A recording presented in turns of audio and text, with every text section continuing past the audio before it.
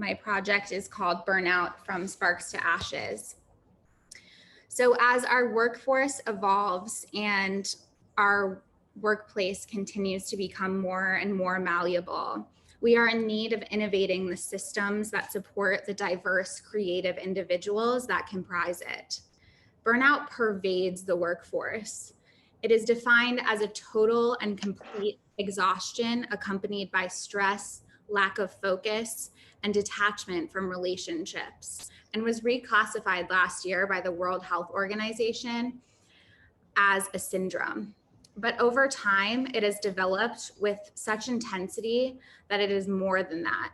It is a cultural phenomenon that thrives on deeply ingrained norms that no longer make sense for our rapidly progressing workplaces, schools, and homes. To further explore this contemporary phenomenon, I began by defining burnout, tracing its roots back to medieval times.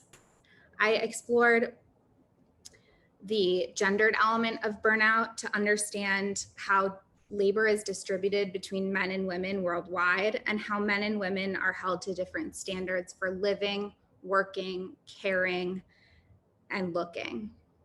I examined what burnout looks like in the workforce, uncovering some alarming statistics, and I studied the evolution of work. I did a deep dive on the largest generation represented in the workforce today, which is millennials.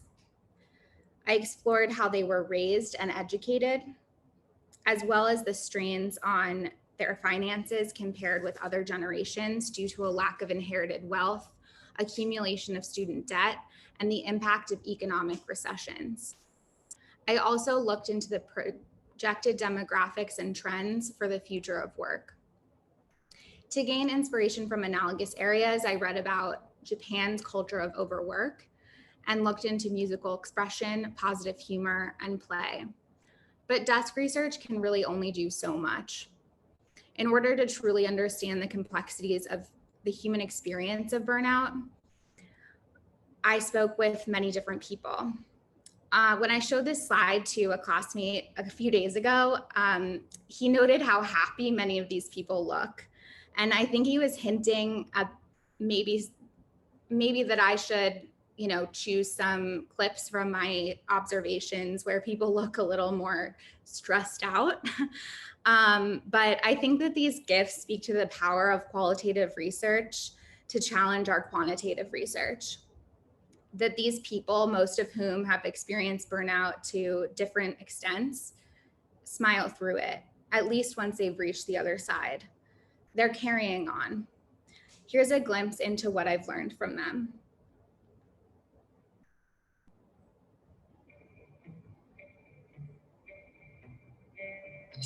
It's exhausting to have to constantly feel like you have to stand up for every voice of color. I think that there's not great systems set up, at least in healthcare, to support. It's funny because you're taking care of other people's health, right? But there's this culture of work until you drop. In some realms of healthcare, it's almost a self-sacrificial mentality.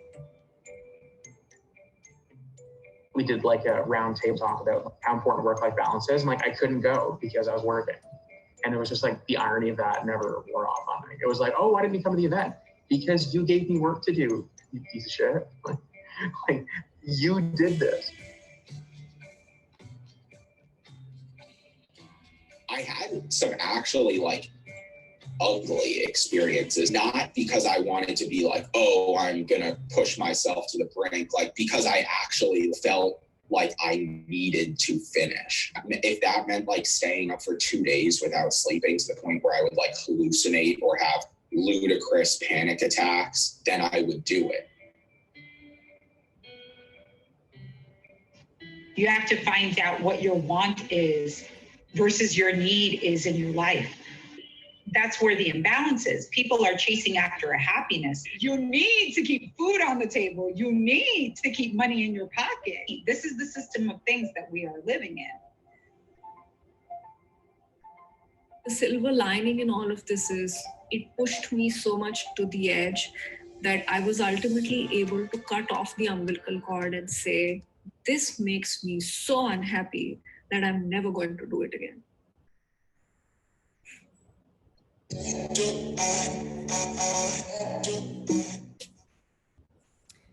So to engage people in the ideation process with me, I did some social media observations and discussions. First, I posted a survey on my Instagram and generated 39 unique responses.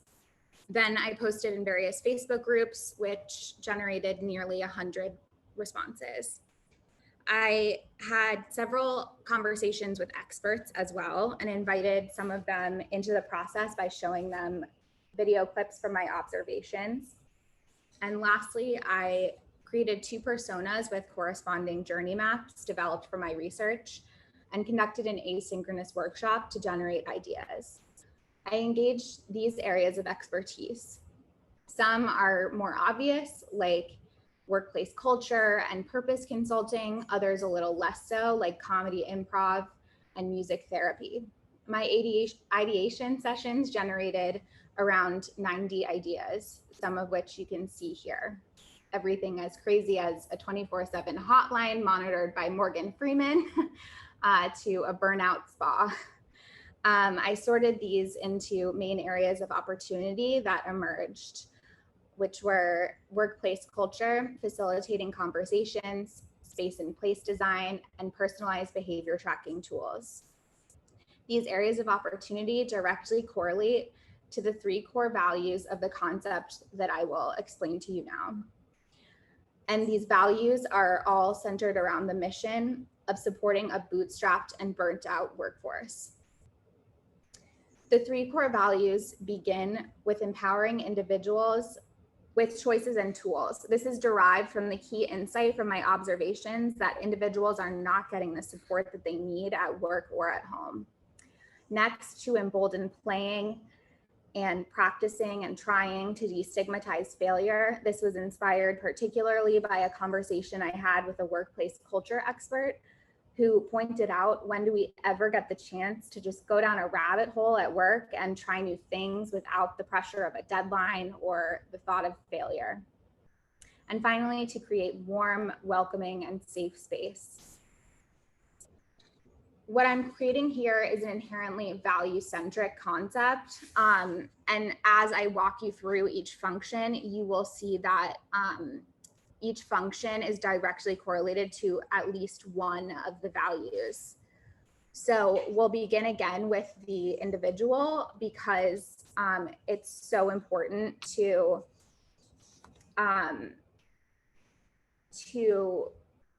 put the power back into people's hands and give them a sense of control over their own lives and empower them with choices. A mood tracker will hold up a mirror to their own behaviors and actions to identify pain and gain points in their own lives.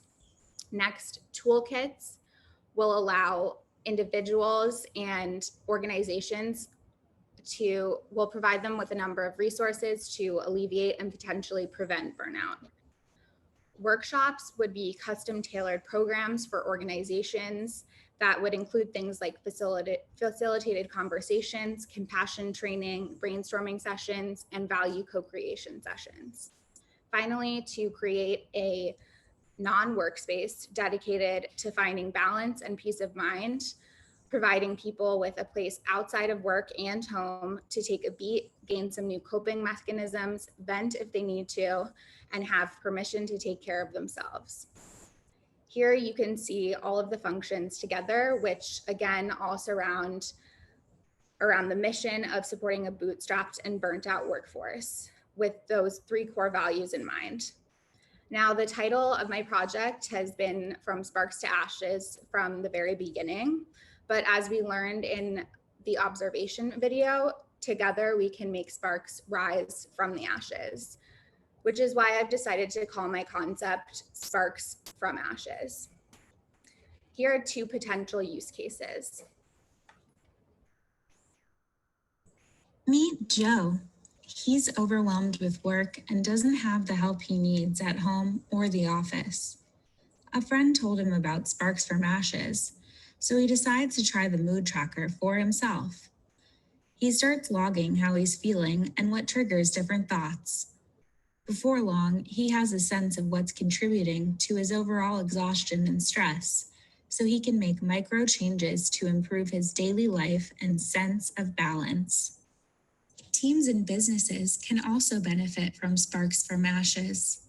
After hiring us, we'll meet with your team to understand your needs and expectations and spend a little while observing in an audit of existing workplace dynamics. Then, we'll facilitate an engaging workshop tailored for your company with custom toolkits and activities. We'll continue to check in with you afterward about how you've implemented the changes that were brainstormed and co-created during the workshops, and our relationship will continue. So what does it take to realize this? Firstly, this cannot be a one-woman job. I'll need a robust team. And together we'll, of course, embody the 3 core values central to the mission and follow an internal culture code as well. These additional principles keep the mission of alleviating burnout in mind for the whole Sparks to Ashes ecosystem, prioritizing treating one another as human beings, recognizing that everyone has their own needs, and welcoming all voices. Our target customers will be working professionals and purpose-driven organizations, which will access through advertising and marketing, as well as referrals, which will require additional research and networking. The Sparks from Ashes offerings will be available through a tiered pricing model and freemium trial offerings. Moving forward, it may be beneficial to partner with a larger company who shares the same value system and has access to a larger network. The goal long-term will be to scale across various industries, ultimately building a cultural phenomenon more powerful than burnout itself. In order to offer engaging workshops, it will be important to develop an understanding and mastery of different ways to get people to open up and feel comfortable talking about what's going on with themselves at work.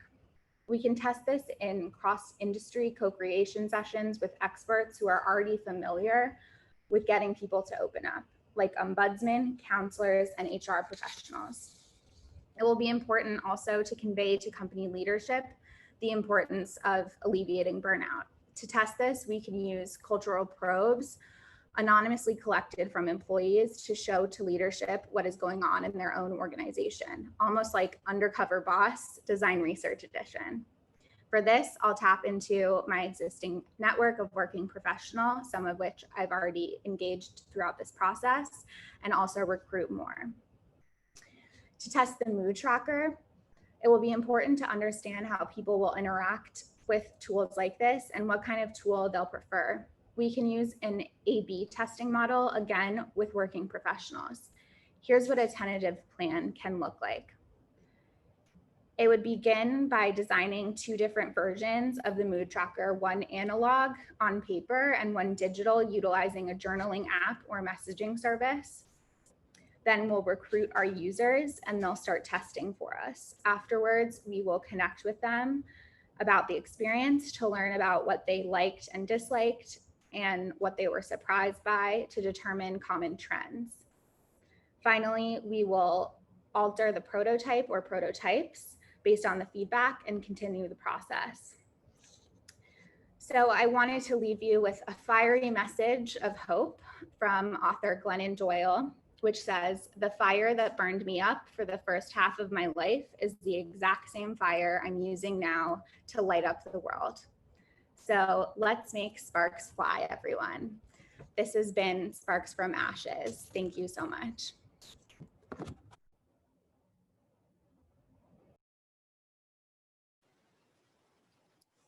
Super presentation, Elizabeth. Thank Super. you. I wanted to thank also, I invited some guests, so thank you, Julia and Lauren and Brett, and I think Julia and Vasuta. Welcome. I remember, Julia, your comments from midterm, so I think we are all very curious to hear your comments now. To put you on Yeah. the spot, sorry for that. No, it's all good. Hi, everybody. It's good to see you all again. And Elizabeth, this was a really, really wonderful, comprehensive presentation. I really enjoyed seeing how you progressed from the midterm to now.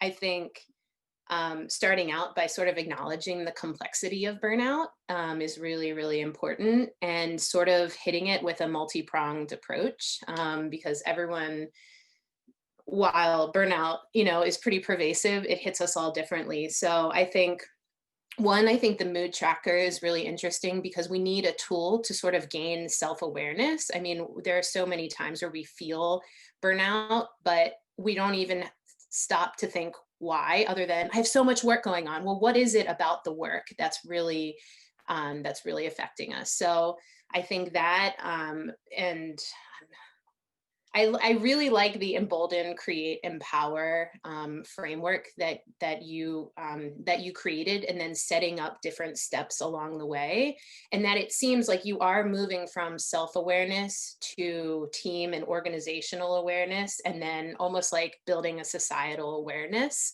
about this burnout. So you're sort of, I'm a big fan of small changes and these micro movements that sort of build into something else, because that's like people want to jump straight to transformation, but transformation happens one decision at a time, right? So if you can help empower people to make more proactively healthy decisions for themselves, then I think, that was a big part of what I was hearing from you in your presentation. So I thought it was really, I really just have praise for you.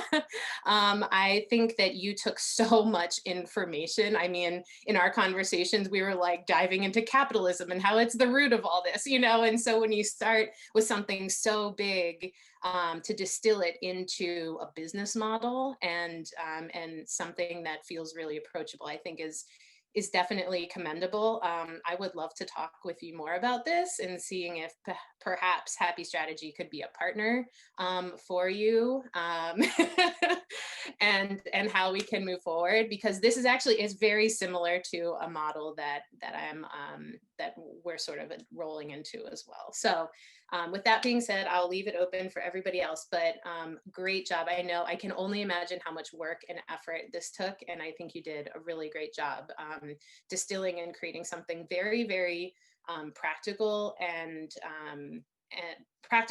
inspirational at the same time, which is hard to do sometimes. So great job. Thank you so much, Julia. Welcome.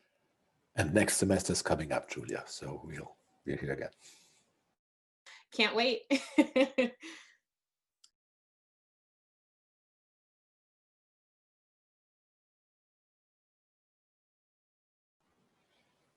Other comments, please.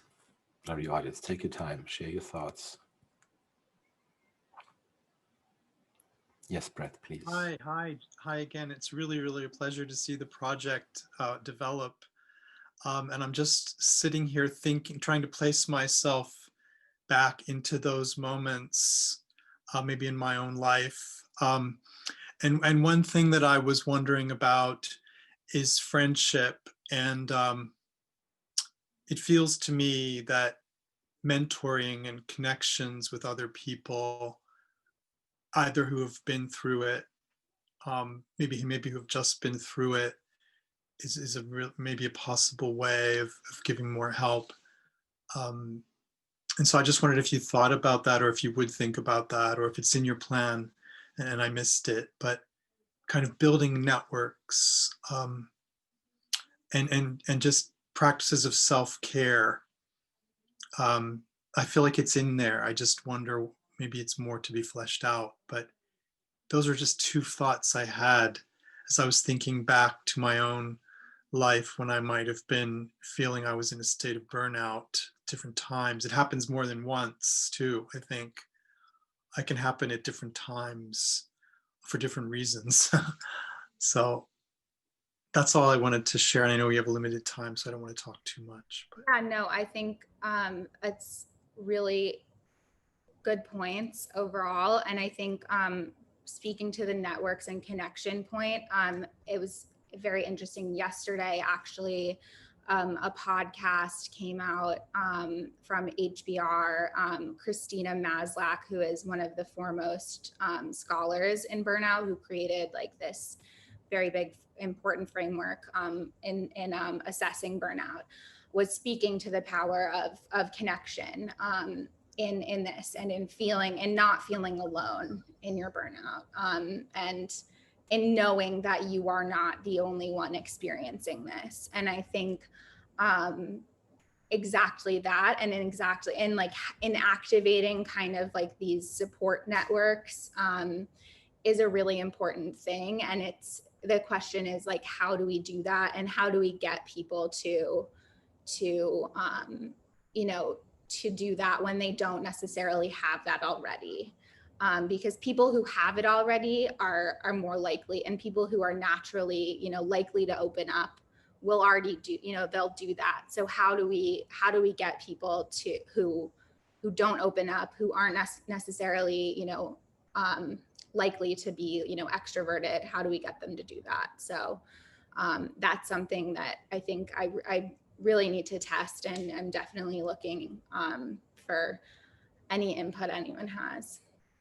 Awesome. Elizabeth, awesome job. I feel very excited on your behalf because I think you can go so many different directions with this.